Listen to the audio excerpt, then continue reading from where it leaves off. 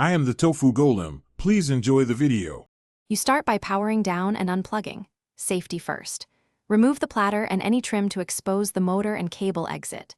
Once exposed, label each connector and take a clear photo so you can restore polarity and routing exactly.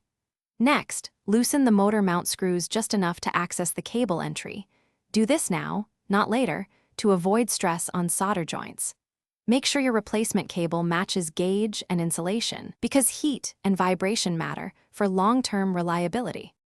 Once you have access, desolder or uncrimp the old cable while holding components steady.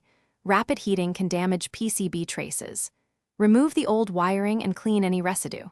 Now route the new 125 RPM cable exactly along the original path, using the pictured guides you took earlier. Strip, tin, and solder each conductor, or use matched crimp terminals, ensuring solid mechanical and electrical contact. After every connection, check for shorts and continuity with your multimeter. Then apply heat shrink and secure the cable with the original clamps to prevent chafing. Reassemble the motor mount and replace the platter, tightening screws evenly so the motor sits without strain. Once reassembled, plug in and power up briefly, observing for smoke or odd smells. Immediately shut down if detected. Use a strobe disc or test record to confirm 125 RPM accuracy and listen for bearing or belt issues. If speed or noise is off, make sure wiring polarity is correct and recheck solder joints and strain relief. One key troubleshooting tip. If intermittent speed occurs,